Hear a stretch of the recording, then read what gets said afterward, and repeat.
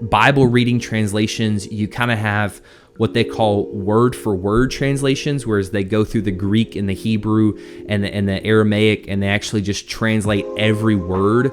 That would be something like an ESV or an NASB. It's going to be very accurate, but it's also going to be a little bit more difficult to read. So if you're not the best reader, if you already have a little bit of difficulty with that, those are going to be a little bit more difficult.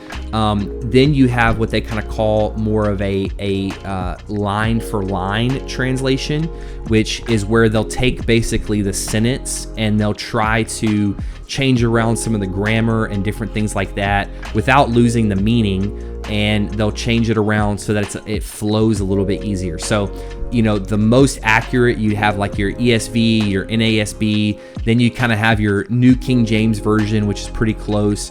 Then more of getting more to like the what they call thought for thought is where it's more of like a passage, and they translate it, and this would be something like a Message translation or a Passion translation.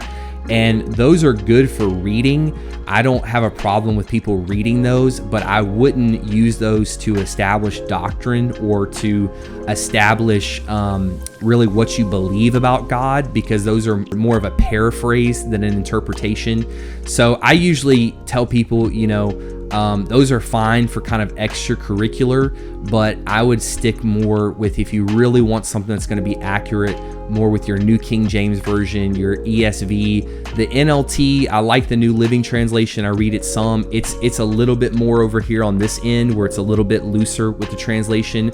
But again, if you are using this more for your daily Bible reading and not so much for preaching and teaching and for establishing doctrine, that would be fine. So